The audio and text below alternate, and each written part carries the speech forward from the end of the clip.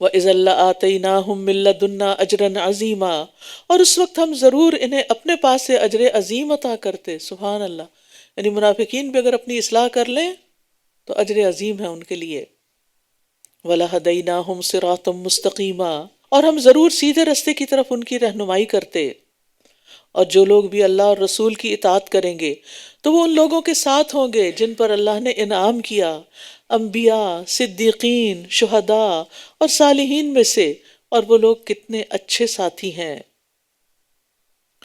صدیق صدق سے ہے، ایسا انسان جو بہت سچا ہو. بعض نے کہا جو کبھی جھوٹ نہ بولے، جھوٹ اس کے لیے ناممکن ہو، اور صرف قول میں نہیں، اپنے اعتقاد میں، اپنے عمل میں، اور بغیر شک و شبہ کے دین کی تصدیق کرنے والا ہو.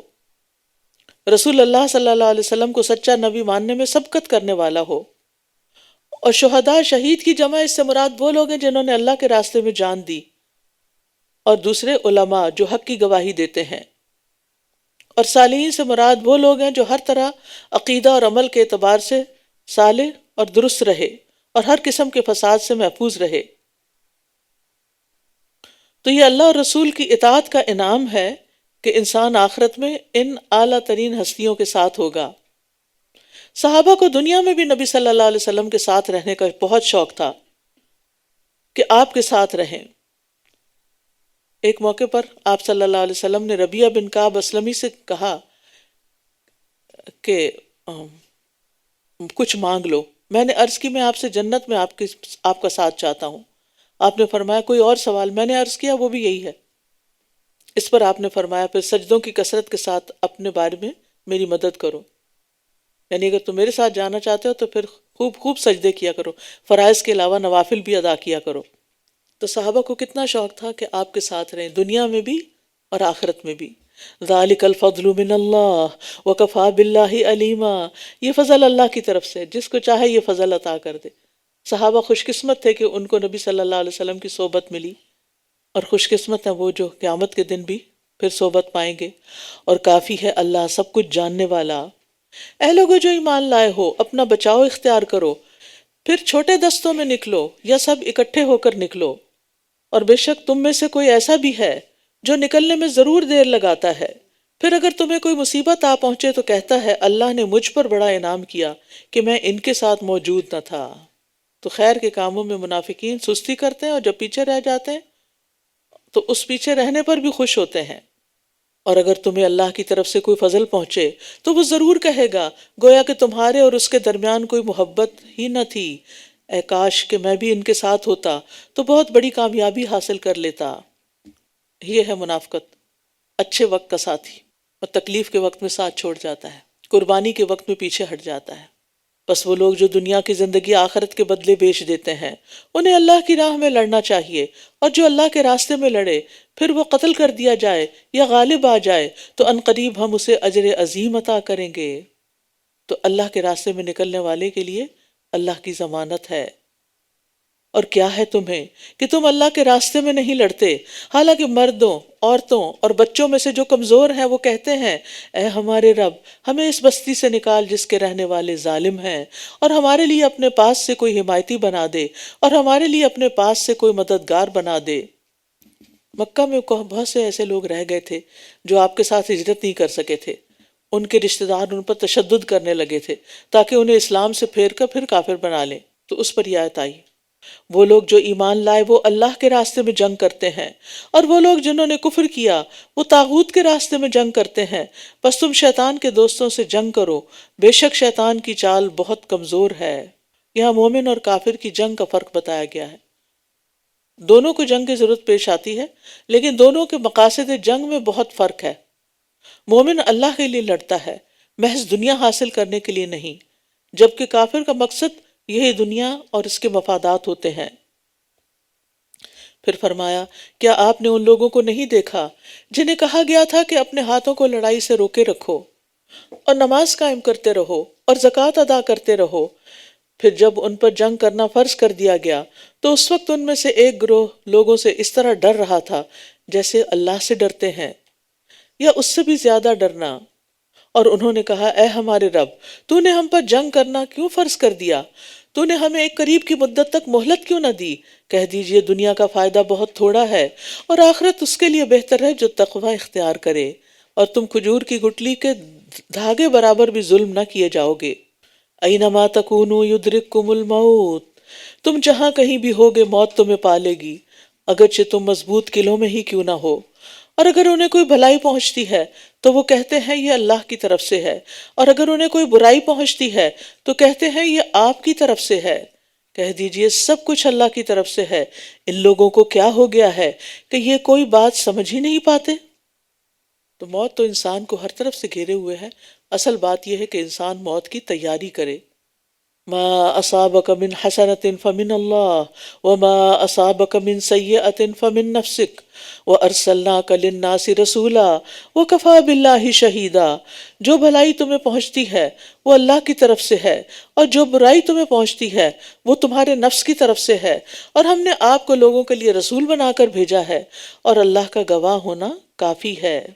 یہاں برائی اور بھلائی کا قانون بتا دیا گیا کہ بھلائی تو اللہ کی طرف سے ہے، اور جو برائی پہنچتی ہے اس کا بھیجنے والا بھی گو اللہ ہی ہوتا ہے، مگر اس کا سبب تمہارے گناہ ہوتے ہیں۔ من یطع الرسول فقد اطاع اللہ، اور جس نے رسول کی اطاعت کی تو در حقیقت اس نے اللہ کی اطاعت کی۔ رسول اللہ صلی اللہ علیہ وسلم کی بات ماننا ایسا ہی ہے جیسے اللہ کی بات ماننا۔ ومن تولا، اور جس نے منہ موڑ لیا تو ہم نے آپ کو ان پر کوئی نگران بنا کر نہیں بھیجا، یعنی آپ پھر ان کے پیچھے نہ لگیں۔ اور یہ کہتے ہیں ہم بھی اطاعت کریں گے، پھر جب یہ آپ کے پاس سے نکلتے ہیں تو ان میں سے ایک گروہ رات کو اس کے برخلاف مشورے کرتا ہے جو آپ کہتے ہیں، اور اللہ لکھ رہا ہے جو یہ راتوں کو مشورے کرتے ہیں۔ بس آپ ان سے اعراض کیجئے اور اللہ پر بھروسہ کیجئے، اور اللہ کا کارساز ہونا کافی ہے۔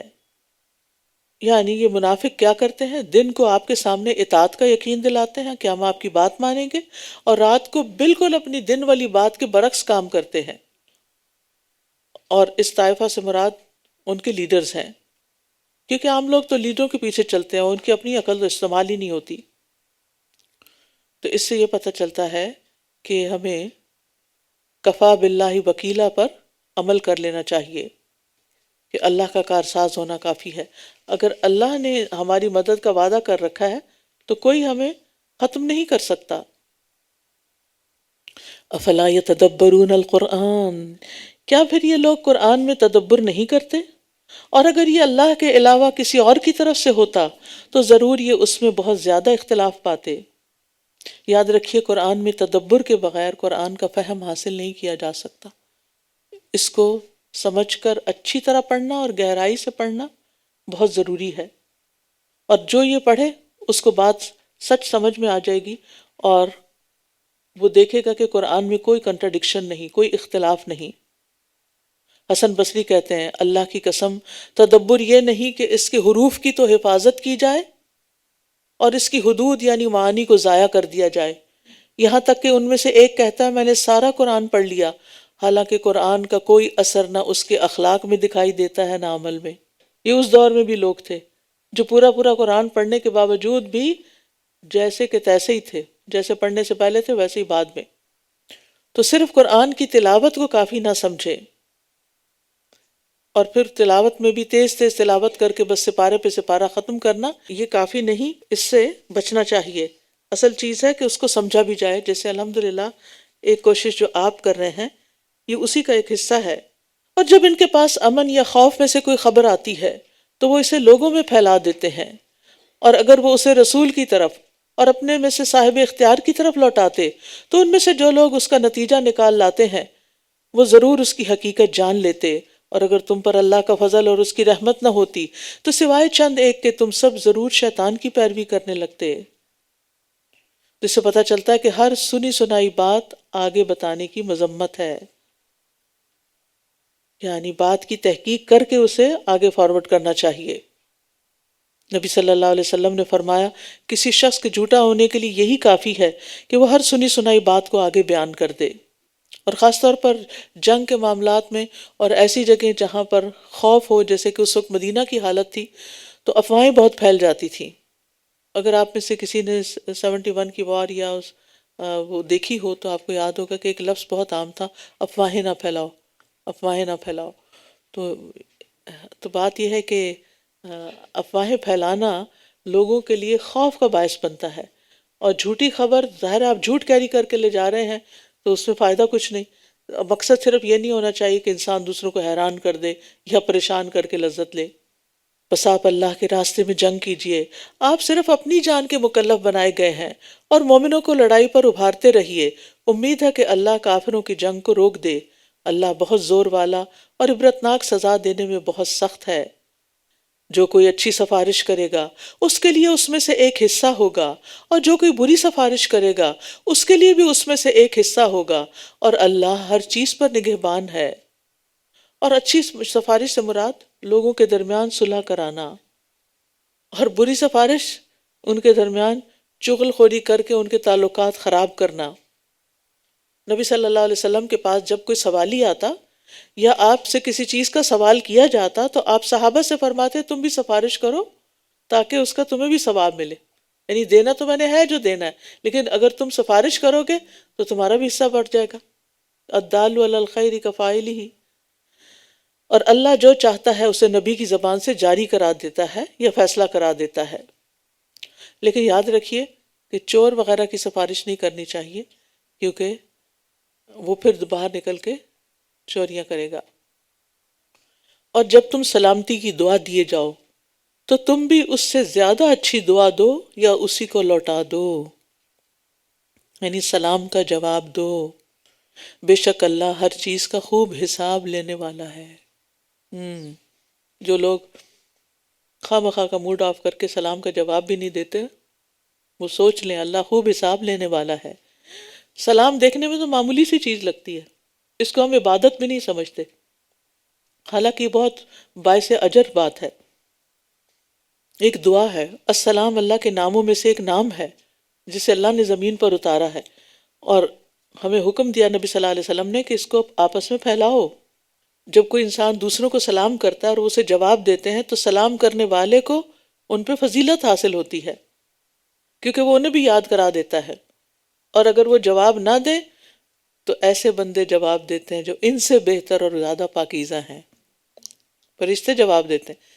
اس لیے آپ اس سے نہ گھبرائیں کہ اس نے جواب نہیں دینا تو میں نے سلام بھی نہیں کرنا. آپ کرتے رہیں، آتے جاتے سلام کرتے رہیں. جو ناراض ہے کسی دن راضی بھی ہو جائے گا. اور یہ آپس میں محبت بڑھانے کا ذریعہ ہے. رسول اللہ صلی اللہ علیہ وسلم نے فرمایا تم جنت میں داخل نہیں ہو سکو گے جب تک ایمان نہ لاؤ، اور تم ایمان نہیں لا سکتے جب تک آپس میں محبت نہ کرو.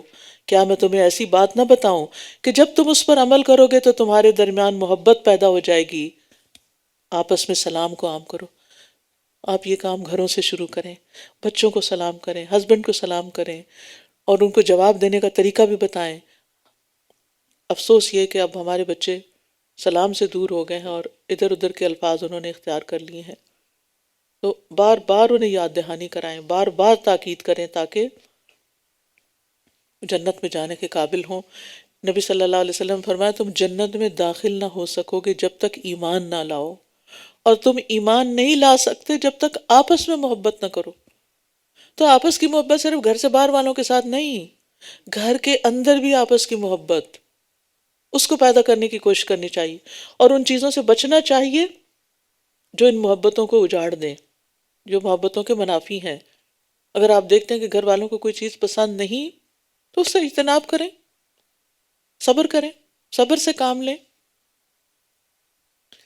اللہ وہ ہے کہ جس کے سوا کوئی معبود نہیں، وہ تمہیں قیامت کے دن ضرور جمع کرے گا جس میں کوئی شک نہیں، اور اللہ سے بڑھ کر بات میں کون سچا ہے. تو ایک دن اللہ کے سامنے کھڑے ہونا ہے ہم سب نے. سوچیں ہم نے اس کی کیا تیاری کی ہے. امیجن کریں اس وقت کہ آپ اللہ کے سامنے کھڑے ہیں، کیا حال ہوگا. اور اگر کوئی ایسا کام کیا جو اللہ کو پسند نہیں تو اس پر ہم کیا جواب دیں گے. اور اللہ تعالیٰ کو خوش کرنے کے لیے کون سے کام خالص اس کی رضا کے لیے، اس کی خوشی کے لیے کر رہے ہیں. پھر فرمایا فَمَا لَكُمْ فِي الْمُنَافِقِينَ فِئَتَيْنِ، اے مسلمانوں تمہیں کیا ہو گیا ہے کہ تم منافقین کے بارے میں دو گروہ ہو گئے ہو. جبکہ اللہ نے انہیں ان کی کمائی کے سبب الٹا پھیر دیا ہے۔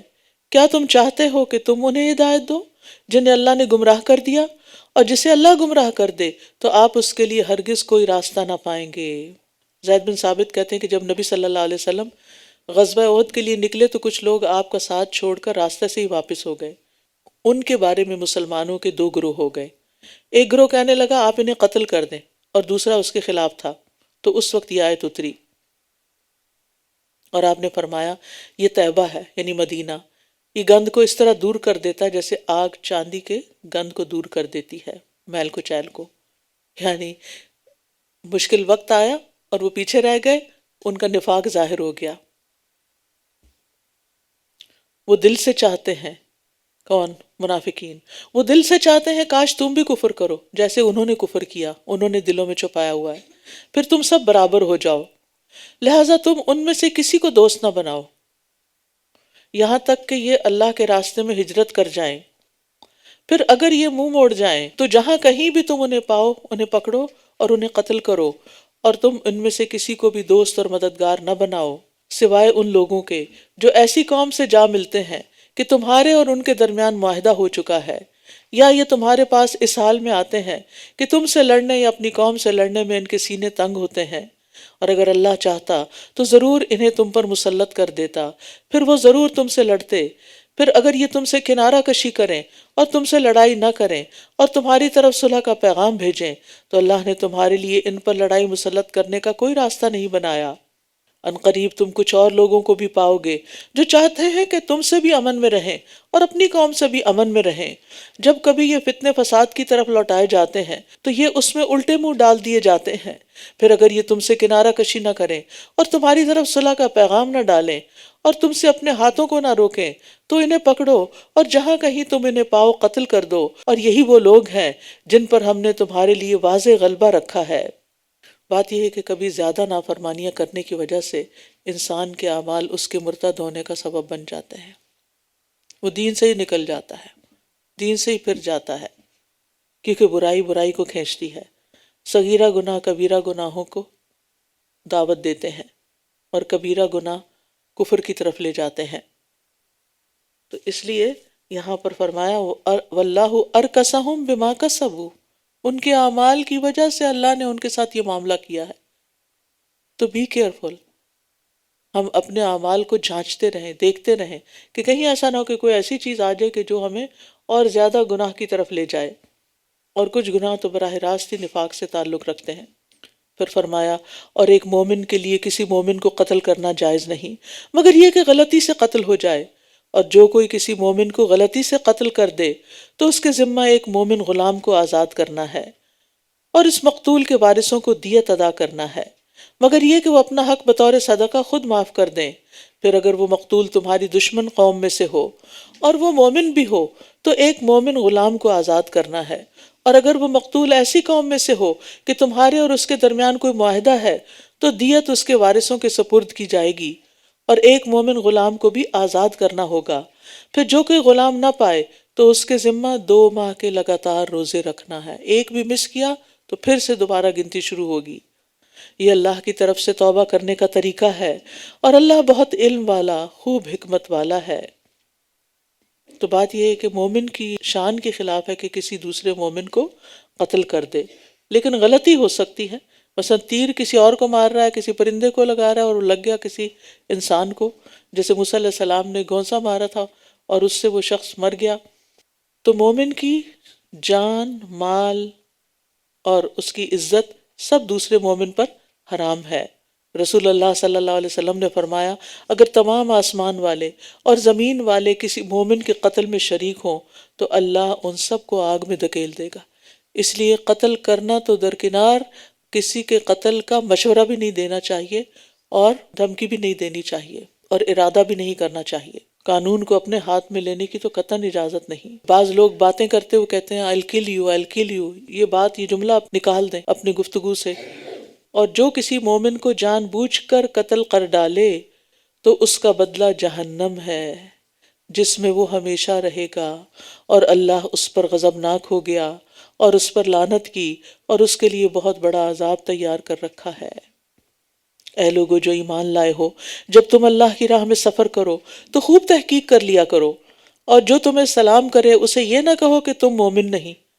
تم دنیا کی زندگی کا سامان چاہتے ہو تو اللہ کے پاس بہت سے غنائم ہیں، بہت سی غنیمتیں ہیں، تم بھی پہلے اسی طرح تھے، تو اللہ نے تم پر احسان فرمایا، لہٰذا تم تحقیق کر لیا کرو، بلا شبہ جو عمل بھی تم کرتے ہو اللہ اس کی خوب خبر رکھنے والا ہے۔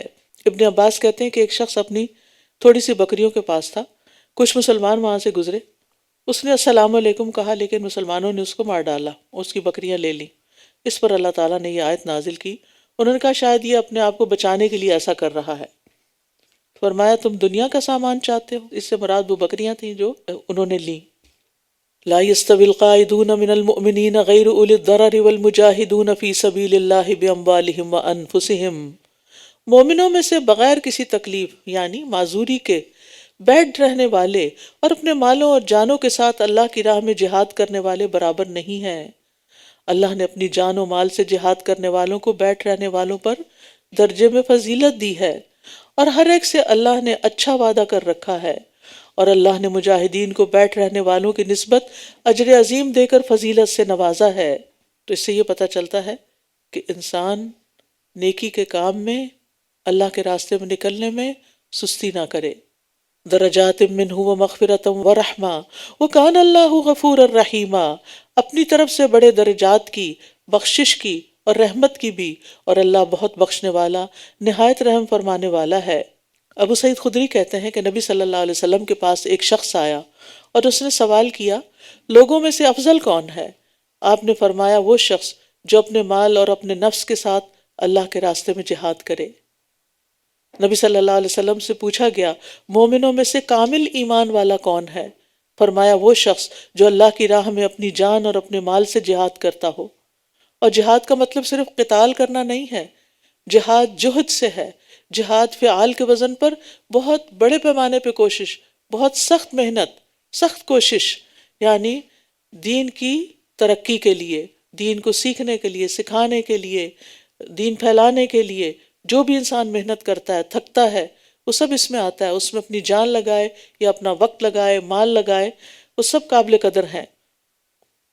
اور ایسے لوگوں کو اللہ تعالیٰ اپنی راہیں بھی ضرور دکھاتے ہیں، وَالَّذِينَ جَاهَدُوا فِينَا لَنَهْدِيَنَّهُمْ سُبُلَنَا۔ نبی صلی اللہ علیہ وسلم نے فرمایا اللہ کے راستے میں ایک صبح یا ایک شام بھی گزارنا دنیا اور جو کچھ دنیا میں ہے اس سب سے بہتر ہے، اور علم کے لیے نکلنا بھی جہاد ہے۔ حدیث میں آتا ہے جو شخص طلب علم میں گھر سے نکلا، علم حاصل کرنے کے لیے گھر سے نکلا، وہ واپس آنے تک اللہ کی راہ میں ہے، فی سبیل اللہ ہے۔ اور خیر کی تعلیم دینے کے لیے نکلنا بھی جہاد ہے۔ ابو ہریرہ کہتے ہیں میں نے رسول اللہ صلی اللہ علیہ وسلم کو یہ فرماتے ہوئے سنا جو شخص میری اس مسجد میں آئے اور اس کا ارادہ صرف کوئی اچھی بات سیکھنا یا سکھانا ہو، یا سیکھنے آیا ہے یا سکھانے آیا ہے، یعنی کوئی دنیاوی غرض نہیں، تو اس کا درجہ اللہ کی راہ میں جہاد کرنے والے کا سا ہے۔ اور جو شخص کسی اور مقصد کے لیے مسجد آیا ہے وہ اس آدمی کی طرح ہے جس کی نظر کسی اور کے مال پر ہو، یعنی لالچ میں۔ تو ہمیں اب سب کو اپنی نیتیں بار بار خالص کر لینی چاہیے کہ ہم اللہ کی راہ میں نکلے ہیں، ایک ایک قدم پر اجر ہے۔ اللہ تعالیٰ سب کو جزائے خیر دے۔ بے شک وہ لوگ جو اپنی جانوں پر ظلم کرنے والے ہیں، فرشتے انہیں فوت کرتے ہوئے پوچھتے ہیں تم کس حال میں تھے؟ وہ کہتے ہیں ہم زمین میں نہایت بے بس تھے۔ وہ کہتے ہیں کیا اللہ کی زمین وسیع نہ تھی؟ کیا اللہ کی زمین وسیع نہ تھی کہ تم اس میں ہجرت کر جاتے؟ بس ایسے ہی لوگوں کا ٹھکانہ جہنم ہے۔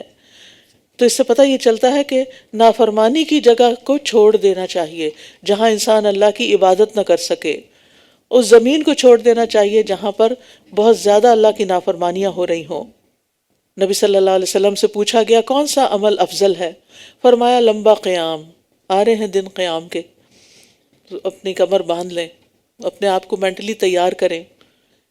پوچھا گیا کون سا صدقہ افضل ہے؟ فرمایا جو قلیل مال والا محنت کر کے صدقہ دے، تھوڑے پیسے ہیں پھر بھی نکالتا ہے۔ پوچھا گیا کون سی ہجرت افضل ہے؟ فرمایا ایسے شخص کی جو اللہ کے حرام کردہ امور کو چھوڑ دے، یعنی گناہوں کے کام چھوڑ دے۔ سوائے ان بے بس مردوں، عورتوں اور بچوں کے جو نہ کسی تدبیر کی طاقت رکھتے ہیں اور نہ ہی کوئی راستہ پاتے ہیں. یعنی جو کسی فرض کو ادا کرنے سے معذور ہے وہ گناہ گار نہیں. پھر جیسے آتا نا لیس علی الاعمی حرج ولا علی الاعرج حرج، گناہ گار وہ ہے جس کے پاس استطاعت ہو، ہمت ہو، پھر بھی وہ نیک کام نہ کرے. بس امید ہے کہ اللہ ایسے لوگوں سے درگزر فرمائے گا، اور اللہ بہت معاف کرنے والا، بہت بخشنے والا ہے. اور جو کوئی اللہ کے راستے میں ہجرت کرے گا وہ زمین میں بہت سی جائے پناہ اور بڑی وسعت پائے گا. اور جو اللہ اور اس کے رسول کی طرف ہجرت کرتے ہوئے اپنے گھر سے نکلا پھر اسے موت آ گئی تو یقیناً اس کا اجر اللہ کے ذمہ لازم ہو گیا، اور اللہ بہت بخشنے والا، نہایت رحم کرنے والا ہے. یعنی جو شخص کسی نیکی کے کام کے لیے نکلے اور راستے میں فوت ہو جائے تو اللہ تعالیٰ قیامت تک کے لیے ثواب لکھ دیتا ہے. نبی صلی اللہ علیہ وسلم نے فرمایا جو حج کرنے کے لیے نکلا اور فوت ہو گیا راستے میں ہی، تو اللہ اس کے لیے قیامت کے دن تک حج کرنے والے کا ثواب لکھ دیتا ہے. گویا قیامت تک وہ حج ہی کر رہا ہے، حج ہی کر رہا ہے. اور جو عمرے کی ادائیگی کے لیے نکلا اور فوت ہو گیا تو اللہ اس کے لیے قیامت کے دن تک عمرہ کرنے والے کا اجر لکھ دیتا ہے. اور جو غازی اللہ کے راستے میں نکلا اور فوت ہو گیا اللہ تعالیٰ اس کے لیے قیامت کے دن تک غازی کا اجر لکھ دیتا ہے. بعض اوقات یہ ہوتا ہے کہ ہم نیک کام کے لیے نکلتے ہیں، اللہ نہ کرے کسی کا کوئی ایکسیڈنٹ ہو جاتا ہے یا کوئی نقصان ہو جاتا ہے، لوگ اس کو سخت بلیم کرتے ہیں اور اس کو منحوس خیال کرتے ہیں، اس کام کو بھی، اس نیکی کے کام کو بھی برا سمجھنے لگتے ہیں. تو یہ انتہائی غلط فہمی ہے، شیطان کا ڈالا ہوا وسوسہ ہے. آپ نے نیکی کے کام کا ارادہ کیا، آپ کے ساتھ کوئی مس ہیپ ہو گیا، اس پر جو اجر ہے وہ ایک، اس کا تو کیا ہی کہنا کہ آپ نے اللہ کے راستے میں کوئی نقصان اٹھایا. پھر فرمایا وَإِذَا ضَرَبْتُمْ فِي الْأَرْضِ فَلَيْسَ عَلَيْكُمْ جُنَاحٌ أَن تَقْصُرُوا مِنَ الصَّلَاةِ إِنْ خِفْتُمْ أَن يَفْتِنَكُمُ الَّذِينَ كَفَرُوا. اور جب تم زمین میں سفر کرو تو تم پر کوئی گناہ نہیں کہ تم نماز میں قصر کر لو یعنی کمی کر لو، خصوصاً اگر تمہیں خوف ہو کہ کافر تمہیں ستائیں گے. یقیناً کافر تمہارے کھلے دشمن ہیں. قصر کا مطلب ہوتا ہے کمی کرنا. یہ کمی رکعات کی تعداد میں بھی مسنون ہے، اور اگر خوف زیادہ ہو تو نماز کی ہیئت شکل میں بھی ہو سکتی ہے. مثلاً خوف کی حالت میں کہ اگر کوئی دشمن پیچھے آ رہا ہے یا سامنے ہے تو چلتے چلتے بھی نماز پڑھ سکتے ہیں. گھوڑے پہ بیٹھے بیٹھے اور گھوڑا چلتا جا رہا ہے تو بھی نماز پڑھ سکتے ہیں. اور اگر سجدہ اور رکوع پوری طرح ممکن نہیں تو صرف اشارے سے بھی نماز پڑھ سکتے ہیں. رسول اللہ صلی اللہ علیہ وسلم نے عبداللہ بن انیس کو خالد بن سفیان کے قتل کے لیے بھیجا تو عصر کا وقت قریب تھا، انہوں نے جاتے جاتے ہی نماز پڑھی، راستے میں ہی پڑھ لی چلتے چلتے. عبداللہ بن عباس کہتے ہیں اللہ نے تمہارے نبی کی زبان سے حضر میں 4 یعنی گھر میں 4، سفر میں 2 اور خوف میں 1 رکعت فرض کی ہے. یہ ہے قصر. ٹھیک ہے. عام سفر میں مغرب اور صبح کی نماز کے علاوہ دوسری نمازوں میں 4 کی بجائے 2 رکعت پڑھنا قصر کہلاتا ہے.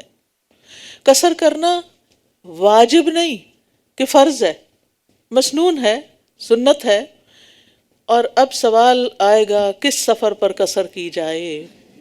تو یاد رکھیے کسی حدیث یا آیت سے ہمیں میلوں یا دنوں کی مقرر تعداد کا پتہ نہیں چلتا، اور ائمہ نے اجتہاد سے کام لیا ہے نبی صلی اللہ علیہ وسلم کے سفروں کو دیکھتے ہوئے.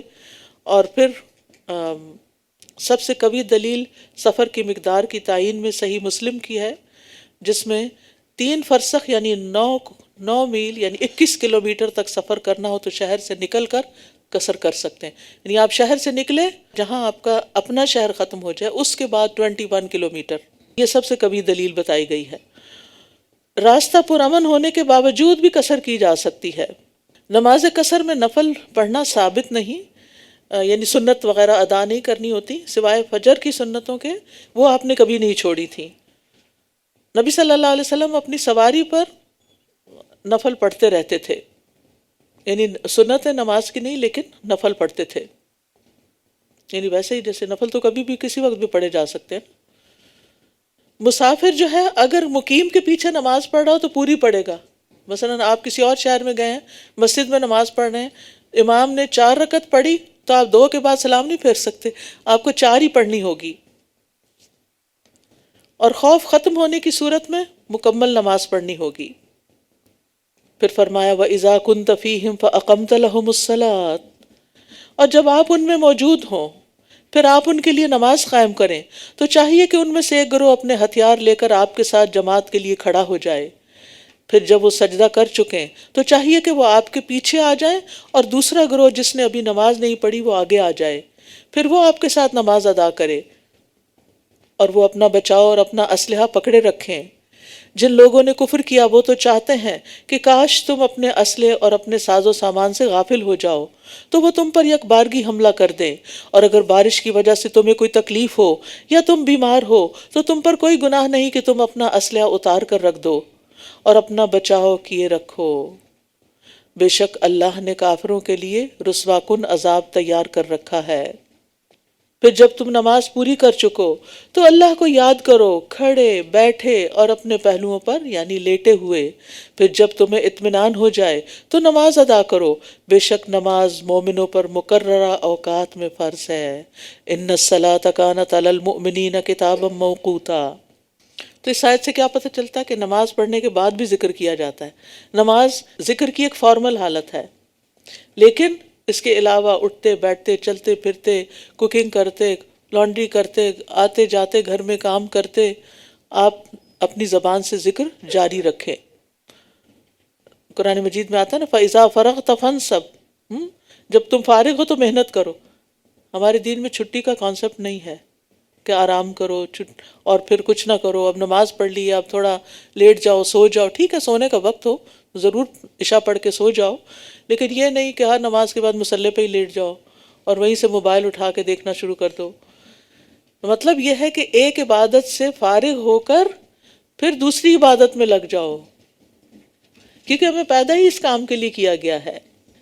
اور خاص طور پر نماز سے فارغ ہو کر اللہ کی بڑائی بیان کریں، اللہ سے مناجات کریں، دعائیں کریں، تسبیحات پڑھیں، آیت الکرسی پڑھیں فرض نماز کے بعد، اور نماز کی جگہ پر بیٹھے رہنے کا بھی بڑا ثواب ہے۔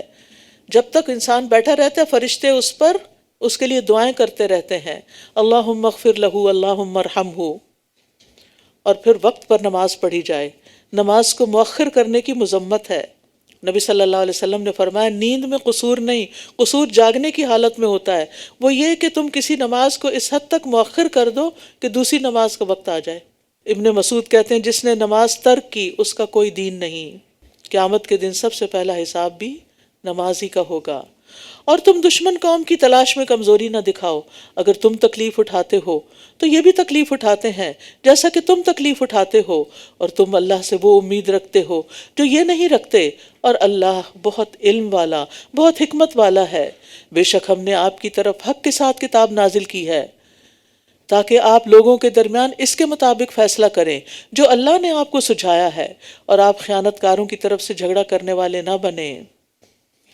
کسی باطل کے معاملے میں جھگڑنے والے کا ساتھ نہیں دینا چاہیے، اس سے منع کیا گیا ہے۔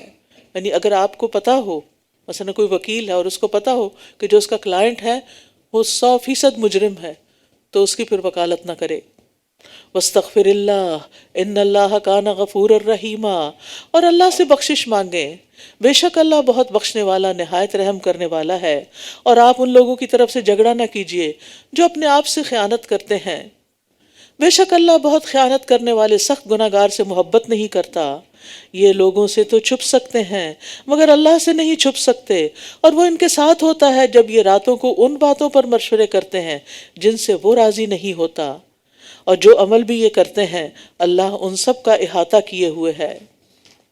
تو یاد رکھیے اللہ کے خوف سے بڑھ کر مخلوق کا خوف کمزور ایمان کی علامت ہوتی ہے۔ اور راتوں کو مشورے کرنے کا مطلب کیا ہے کہ چھپ کے باتیں کرتے، ورنہ جو انسان سچا ہو اس کو چھپنے کی ضرورت نہیں ہوتی، وہ کہیں بھی بات کر سکتا ہے۔ ہاں تم ہی وہ لوگ ہو جنہوں نے دنیا کی زندگی میں ان کی طرف سے جھگڑا کیا، تو قیامت کے دن ان کی طرف سے کون اللہ سے جھگڑا کرے گا یا کون ان کا وکیل ہوگا؟ وَمَن يَعْمَلْ سُوءًا أَوْ يَظْلِمْ نَفْسَهُ ثُمَّ يَسْتَغْفِرِ اللَّهَ يَجِدِ اللَّهَ غَفُورًا رَحِيمًا۔ کتنی خوبصورت آیت ہے۔ اور جو کوئی برا عمل کر بیٹھے یا اپنی جان پر ظلم کر لے پھر وہ اللہ سے بخشش مانگے تو وہ اللہ کو بہت بخشنے والا نہایت رحم کرنے والا پائے گا۔ اللہ اکبر، کتنی بڑی خوشخبری ہے. ہم میں سے کون ہے جس سے گناہ نہ ہو؟ اور پھر گناہوں کی وجہ سے مایوسی ہونے لگتی ہے، ہر وقت کی پریشانی لگی رہتی ہے. اس سے نکلنے کی ضرورت ہے تاکہ انسان اپنی صلاحیتوں کو اچھے کاموں میں استعمال کرے، نہ کہ صرف گلٹ میں جیے اور بیمار پڑ جائے اور کسی کام کے قابل نہ رہے. تو یہ اللہ تعالیٰ کا عفو و کرم ہے، اللہ تعالیٰ کی وسعت رحمت اور مغفرت ہے. انسان کے گناہ آسمانوں، زمین اور پہاڑوں سے بھی بڑے کیوں نہ ہوں، جب وہ اللہ کی طرف رجوع کرتا ہے تو اللہ تعالیٰ سارے معاف کر دیتا ہے. اور جو کوئی گناہ کماتا ہے تو بے شک وہ اپنے ہی خلاف کماتا ہے، اور اللہ بہت علم والا، بہت حکمت والا ہے. یعنی گناہ انسان کے اوپر ہی پلٹتا ہے، ہر انسان اپنے گناہ کا خود ذمہ دار ہوتا ہے. وَلَا تَزِرُ وَازِرَةٌ وِزْرَ أُخْرَىٰ. گناہ کے سبب انسان پہ ذلت چھا جاتی ہے، نعمتوں کا زوال ہو جاتا ہے، مصائب اترتے ہیں. عمر رضی اللہ عنہ جب عباس رضی اللہ عنہ سے بارش کی دعا کے لیے کہنے گئے تو کہا، اے اللہ بے شک مصیبتیں گناہوں کی وجہ سے ہی نازل ہوتی ہیں اور انہیں صرف توبہ ہی ہٹا سکتی ہے. اور جو کوئی کسی خطا یا گناہ کا ارتکاب کرے پھر وہ کسی بے گناہ پر اس کا الزام لگا دے تو یقیناً اس نے بڑے بہتان اور کھلم کھلے گناہ کا بوجھ اٹھایا.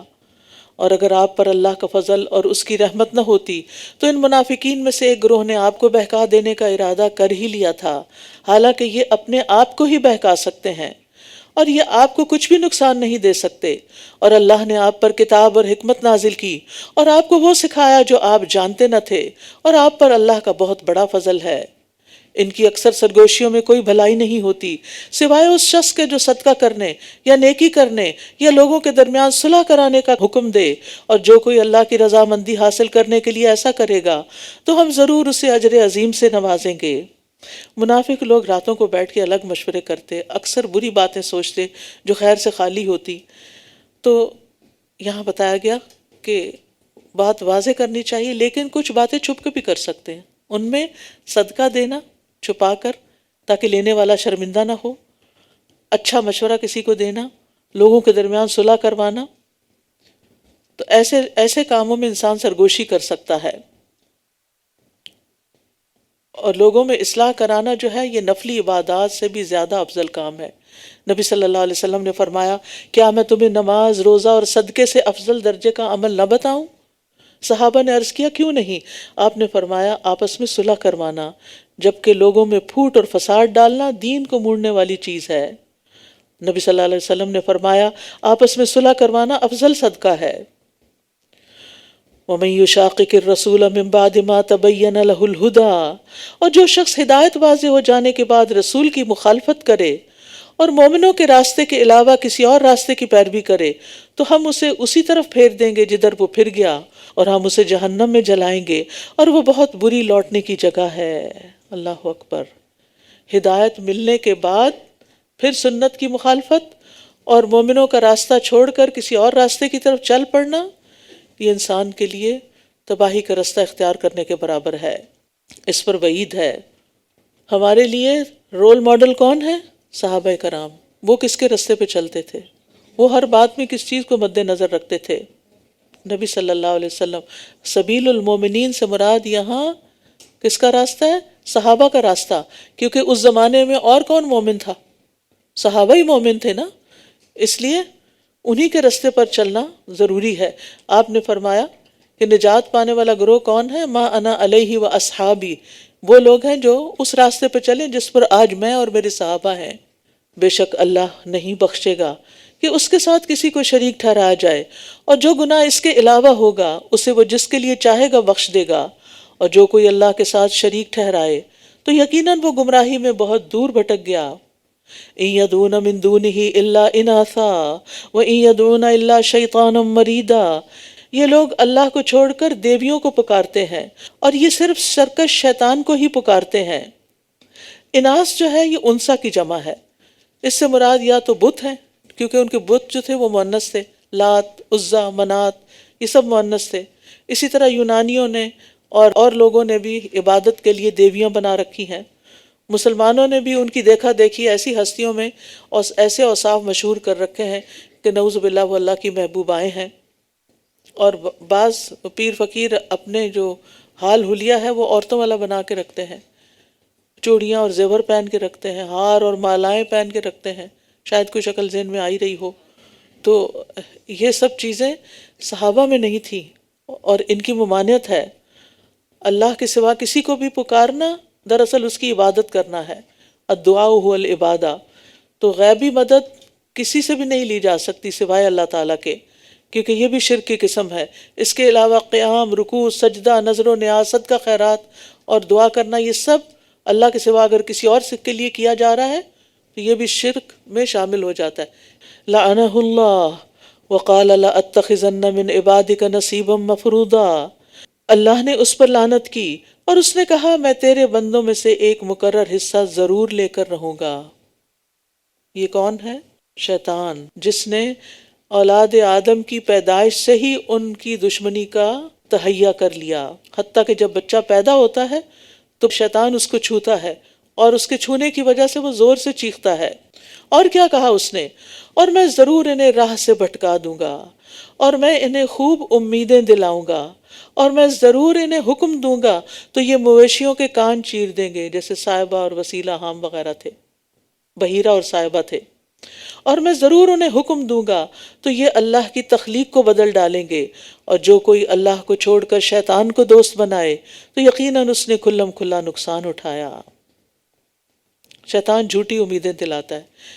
تم نے حج کر لیا، اب اتنی اور نیکیاں کرنے کی کیا ضرورت ہے؟ نماز تم پڑھتے ہو، اور نیک اعمال کی کیا ضرورت ہے؟ تم صدقہ خیرات کرتے ہو، تمہیں درس لینے کی اور یہ سب علم سیکھنے کی کیا ضرورت ہے؟ ابھی کیا جلدی ہے؟ مرنے سے پہلے توبہ ہو جائے گی، حج پہ چلے جائیں گے توبہ کر لیں گے۔ جن بزرگوں کو تم مانتے ہو ان کا اللہ پہ بڑا زور ہے، وہ تمہیں چھڑا لیں گے، ان کا دامن تھام لینا، سیدھے جنت میں لے جائیں گے۔ اس قسم کی امیدیں دلاتا ہے تاکہ انسان نیک کام سے پیچھے ہٹ جائے، سستی کرے، چھوڑ دے، اور پھر وہ بتدریج گمراہیوں کی طرف لے جاتا ہے، ایمان کو خراب کرتا ہے شکوک و شبہات کے ساتھ۔ پھر یہ جب نہیں اس سے ہو پاتا تو نافرمانیوں کا حکم دیتا ہے، جب دیکھتا ہے کہ یہ بندہ نہیں بات سنتا تو نیکیوں سے روک دیتا ہے اس کو، اور پھر اگر پھر بھی بندہ نہ رکے تو ریاکاری داخل کر دیتا ہے اس پر، اور اگر ریاکاری سے بھی بچ جائے تو خود پسندی ڈال دیتا ہے، میں بڑا نیک ہوں، اور اس کے عمل کو بڑھا کے اس کو دکھاتا ہے، اور اگر پھر بھی نہ مانے تو اس کے دل میں حسد، کینے وغیرہ کی آگ کو دہکاتا ہے، یہاں تک کہ انسان کو برے اعمال کی طرف کھینچ کے ہی لے جاتا ہے۔ پھر انسان کے اندر گمراہ کن سوالات دل میں ڈالتا ہے، اللہ کے بارے میں، آخرت کے بارے میں۔ نمازی کا دھیان ادھر ادھر لگاتا ہے، لوگوں کو فتنے میں ڈالنے کے لیے اپنے لشکر مسلط کرتا ہے، سمندر میں اس کا تخت ہوتا ہے اور وہاں سے اپنے لشکر بھیجتا ہے حدیث کے مطابق کہ وہ لوگوں کو فتنے میں ڈالیں، اور اس کے بہت سے مکر و فریب ہوتے ہیں کہ جس کے ذریعے وہ انسانوں کو پھانستا ہے، اور انسان پھر اللہ کی نعمتوں پہ مغرور ہو جاتے ہیں، فخر کرنے لگتے ہیں، دوسروں پر تکبر کرنے لگتے ہیں، اپنی ذات کی پیروی، اپنی جو منمانیاں ہوتی ہیں، خواہشات ہوتی ہیں، ان کی پیروی کرنے لگتے ہیں۔ تو ان چیزوں سے بچنے کی ضرورت ہے۔ اور پھر خاص طور پر یہاں اس نے کہا نا میں ان کی خلق بدل دوں گا، تو یہ بھی ایک شیطانی عمل ہے، اور وہ ان سے وعدے کرتا ہے اور انہیں امیدیں دلاتا ہے، اور شیطان ان سے جو وعدے کرتا ہے وہ سراسر دھوکے پر مبنی ہے، یعنی خواہشات کے ذریعے حملہ کرتا ہے، حقیر سمجھے جانے والے اعمال کے راستے سے آتا ہے کہ تم اس کا کوئی فائدہ نہیں ہے عمل کرنے کا، کچھ اور کر لو، اور پھر گناہوں کی طرف لے جاتا ہے۔ یہ تو چھوٹا سا گناہ ہے، یہ تو صغیرہ گناہ ہے، بخشا جائے گا، لیکن صغیرہ بھی جمع ہو کے کبیرہ بن جاتے ہیں۔ اولئک مأواہم جہنم ولا یجدون عنہا محیصا، یہی وہ لوگ ہیں جن کا ٹھکانہ جہنم ہے اور وہ اس سے بچنے کی کوئی جائے پناہ نہ پائیں گے۔ اس کے برعکس اور وہ لوگ جو ایمان لائے اور انہوں نے نیک عمل کیے، ہم ضرور ان کو ایسے باغوں میں داخل کریں گے جن کے نیچے نہریں بہتی ہیں، جن میں وہ ہمیشہ ہمیشہ رہیں گے۔ اللہ کا وعدہ سچا ہے، اور قول و قرار میں اللہ سے بڑھ کر زیادہ سچا اور کون ہو سکتا ہے؟ فرمایا نجات نہ تمہاری آرزوؤں پر منحصر ہے کہ جیسے تم چاہو گے ویسے ہی ہوگا، اور نہ اہل کتاب کی آرزوؤں پر، یہاں دونوں کو برابر کر دیا گیا۔ جو کوئی برا عمل کرے گا وہ اس کا بدلہ دیا جائے گا، اور وہ اپنے لیے اللہ کے سوا کوئی دوست اور مددگار نہ پائے گا۔ استغفر اللہ۔ اہل کتاب کا خیال تھا ہم اللہ کے بڑے خاص بندے ہیں، اس لیے جن گناہوں پہ لوگ پکڑے جائیں گے ہم نہیں پکڑے جائیں گے، ہمارے پیغمبر ہماری حمایت کریں گے، ہم صرف چند دن جہنم میں رہیں گے، جنت میں صرف ہم جائیں گے۔ یہ باتیں آج کل کون کرتا ہے؟ امتی کرتے ہیں، ہم امتی ہیں، ہم تو بخشے بخشائے ہیں۔ تو اللہ تعالیٰ نے کیا فرما دیا، جو برا کرے گا جس ملت سے بھی ہو پکڑا جائے گا، جس امت سے بھی ہو۔ جنت میں جانے کی کچھ شرائط ہیں۔ جنت محض آرزوؤں اور تمناؤں سے نہیں ملتی۔ جنت فرائض ادا کرنے یا صرف کوئی نام رکھ لینا عبداللہ یا عبدالرحمن، اس سے بھی نہیں مل جاتی، جب تک کہ انسان وہ کام نہ کرے جو اللہ نے کرنے کو کہے ہیں، اور وہ گناہ نہ چھوڑے جن کو اللہ نے چھوڑنے کے لیے کہا ہے۔ پھر فرمایا وَمَن يَعْمَلْ مِنَ الصَّالِحَاتِ مِن ذَكَرٍ أَوْ أُنثَىٰ وَهُوَ مُؤْمِنٌ فَأُولَٰئِكَ يَدْخُلُونَ الْجَنَّةَ وَلَا يُظْلَمُونَ نَقِيرًا۔ اور جو کوئی نیک عمل کرے گا، خواہ مرد ہو یا عورت، بشرطے کہ وہ مومن ہو، نو ڈسکریمنیشن، یہی لوگ ہیں جو جنت میں داخل ہوں گے۔ تو یہی لوگ جنت میں داخل ہوں گے، اور وہ کھجور کی گٹلی میں شگاف کے برابر بھی ظلم نہ کیے جائیں گے۔ مرد اور عورت دونوں ثواب اور سزا میں برابر ہیں۔ وَمَنْ أَحْسَنُ دِينًا مِّمَّنْ أَسْلَمَ وَجْهَهُ لِلَّهِ وَهُوَ مُحْسِنٌ۔ اور اس سے بڑھ کر دین میں کون اچھا ہوگا جس نے اپنا چہرہ اللہ کے سپرد کر دیا، جبکہ وہ نیکوکار بھی ہو، یعنی اپنی نیت اللہ کے لیے خالص کر لی اور کام بھی درست کیا سنت کے مطابق، اور اس نے ملت ابراہیم کی پیروی بھی کی جو یکسو تھے، اور اللہ نے ابراہیم کو خاص دوست بنا لیا۔ تو یہاں عمل کی قبولیت کی شرائط بتائی جا رہی ہیں کہ اپنا چہرہ اللہ کے تابع کر دے، سمینا و اطانا، اور دل سے عمل کرے، اور دوسرا اچھا عمل کرے، خوبصورت عمل، کیونکہ ہمارا امتحان ہی اس میں ہے، ایکم احسن عملا۔ اور تیسرے ملت ابراہیم کی پیروی کرے جو حنیف تھے، یعنی شرک سے پاک ہو، اور ابراہیم علیہ السلام کو اللہ نے اپنا دوست بنا لیا تھا۔ وَلِلَّهِ مَا فِي السَّمَاوَاتِ وَمَا فِي الْأَرْضِ وَكَانَ اللَّهُ بِكُلِّ شَيْءٍ مُحِيطًا۔ اور آسمانوں اور زمین میں جو کچھ ہے سب اللہ ہی کا ہے، اور اللہ نے ہر چیز کا احاطہ کر رکھا ہے اپنے علم کے ساتھ۔ اور یہ آپ سے عورتوں کے بارے میں فتویٰ مانگتے ہیں، کہہ دیجئے اللہ تمہیں ان کے بارے میں فتویٰ دیتا ہے، اور وہ بھی جو یتیم عورتوں کے بارے میں تم پر کتاب میں پڑھا جاتا ہے، جنہیں تم وہ مہر نہیں دیتے جو ان کے لیے لکھا گیا، حالانکہ تم خود ان سے نکاح کی رغبت رکھتے ہو، اور کمزور بچوں کے بارے میں بھی رغبت دیتا ہے، اور یہ کہ تم یتیموں کے لیے انصاف پر قائم رہو، اور جو بھی نیکی تم کرو گے بے شک اللہ اسے خوب جاننے والا ہے۔ اس سورت کے شروع میں یتیموں کا ذکر تھا، اور فرمایا تھا کہ یتیم لڑکی جس کا کوئی ولی نہ ہو، تو پھر اگر مثلاً اس کا چچا زاد بھائی اس کا ولی ہے، اور وہ سمجھے کہ میں اس کا حق ادا نہیں کر سکوں گا، تو وہ اس سے نکاح نہ کرے، کسی اور سے نکاح کر دے اور خود ولی بن جائے۔ تو مسلمانوں نے اب ایسی عورتوں سے نکاح کرنا موقوف کر دیا۔ پھر دیکھا گیا کہ بعض اوقات لڑکی کے ولی ہی کے لیے اسے اپنے نکاح میں رکھنا بہتر ہوتا تھا، تو انہوں نے سمجھا کہ شاید اب ممنوع ہو گیا۔ اس بنا پر رسول اللہ صلی اللہ علیہ وسلم سے رخصت مانگی گئی، تو یہ آیت نازل ہوئی جس میں اجازت مل گئی کہ ولی کر سکتا نکاح، جیسے یعنی جس سے نکاح جائز ہے، اور وہ ایک خاص مقصد کے لیے پورا کیا گیا تھا، کیونکہ اس طرح وہ لڑکیوں پر ظلم و زیادتی ہو رہی تھی، یتیم بچیوں پر۔ وَإِنِ امْرَأَةٌ خَافَتْ مِن بَعْلِهَا نُشُوزًا أَوْ إِعْرَاضًا۔ اور اگر کوئی عورت اپنے شوہر کی زیادتی یا بے رخی برتنے سے ڈرتی ہو تو ان دونوں پر کوئی گناہ نہیں کہ وہ آپس میں صلح کر لیں، اور صلح کرنا بہتر ہے، اور دلوں میں بخیلی رکھ دی گئی ہے۔ اور اگر تم احسان کرو اور تقوی اختیار کرو تو بے شک جو عمل بھی تم کرتے ہو اللہ اس کی خوب خبر رکھنے والا ہے۔ تو یہاں اعراض اور نشوز کی بات ہوئی ہے کہ اگر شوہر بدسلوکی کرے، بیوی کو حقیر سمجھے، پاس سونا اور بیٹھنا چھوڑ دے، نان نفقہ نہ دے، مارنے کے لیے بہانے تراشے، یا اگر اس کی دوسری بیوی ہے تو ساری توجہ اس کو دے، تو پھر اس کا حل کیا ہے؟ اگر تو عورت سمجھتی ہے کہ ان ساری باتوں کو میں برداشت کر سکتی ہوں اور پھر بھی اس کے نکاح میں رہنا بہتر ہے میرے لیے کیونکہ اور کوئی ٹھکانہ نہیں، تو پھر اپنے کچھ حقوق چھوڑ کے صبر کے ساتھ وہاں رہتی رہے۔ دوسری صورت کیا ہے؟ علیحدہ ہو جائے۔ اور صلح سے کیا مراد ہے؟ کہ آپس میں ایک دوسرے کے حقوق پر کچھ کمپرومائز کر کے، اگری کر کے، تو ایک دوسرے سے اچھا نباہ کر لیں۔ حضرت عائشہ کہتی ہیں کہ کسی مرد کے پاس کوئی عورت ہوتی ہے اور اسے اب مزید رکھنا نہیں چاہتا تھا اور طلاق دینے کا ارادہ کرتا، تو عورت کہہ دیتی کہ مجھے طلاق نہ دو، اپنے نکاح میں ہی رہنے دو، اور میں اپنی باری کی تمہیں اجازت دیتی ہوں، یعنی اپنے حقوق پہ کمپرومائز کر لیتی۔ اور اس میں بہت بڑا صبر اور بہت بڑا دل چاہیے، لیکن اس کا اجر بھی اتنا ہی بڑا ہے۔ اور شح سے مراد بخل جس کے ساتھ ہرس بھی ہو، کہ دلوں کے اندر بخل بھی ہے، ہرس بھی ہے، مرد کا شوق کیا ہے کہ عورت سے فائدہ اٹھائے لیکن حقوق نہ دے، عورت کا شوق یہ ہے کہ مہر لے، نان نفقہ لے، لیکن شوہر کے کوئی حقوق نہ دے۔ لیکن انسان کو دوسروں کے حقوق کے بارے میں بہت محتاط ہونا چاہیے، کیونکہ قیامت کے دن حقوق کے بارے میں سوال ہوگا، اور جب تک بندے معاف نہیں کریں گے معافی نہیں ملے گی۔